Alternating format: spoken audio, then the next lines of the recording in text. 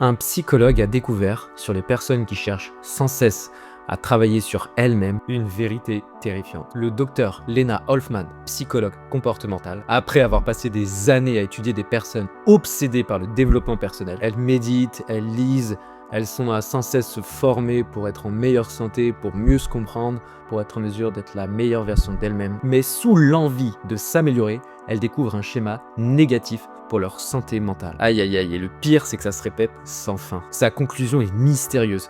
Les gens ne veulent pas se sentir mieux ou s'améliorer. Ces personnes cherchent inconsciemment à ne jamais avoir été blessés. Ils rejettent cette partie d'eux-mêmes. Ils traitent le dev perso comme une chirurgie en cherchant à retirer chaque défaut, chaque peur, chaque problème, sans jamais les vivre. Alors que la sagesse de base, c'est apprendre à vivre les expériences négatives comme positives en sortant définitivement de cette dualité de c'est bien, c'est mal pour moi. Pour enfin, une fois l'expérience faite, vivre l'intégration. Et Hoffman a mis en évidence cette mystérieuse réalité. Elle a découvert que les grands performeurs émotionnels ont très souvent eu une enfance où l'amour était conditionnel. On mérite seulement quand on est sage, quand on est fort, quand on est gentil, quand on est discipliné, quand on a des bonnes notes, quand on fait bien les choses. Adulte, on devient accro à se réparer nous-mêmes, parce que le calme nous paraît dangereux. Si on ne s'améliore pas, on se sent indigne. On ne mérite pas notre estime de nous-mêmes, notre amour-propre, on ne mérite pas l'amour. Ces recherches révèlent quelque chose d'encore plus profond. Plus ces gens courent après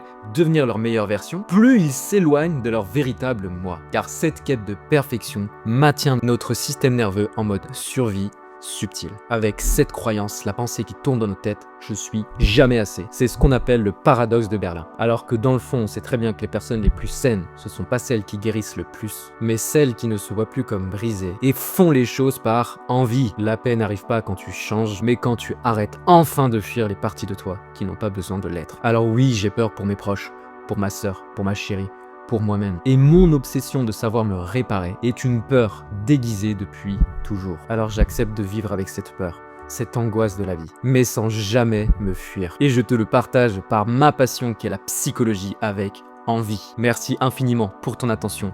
Bienvenue dans le média qui comprend ses émotions pour ne plus les subir. Je te dis à très vite pour des vidéos de qualité.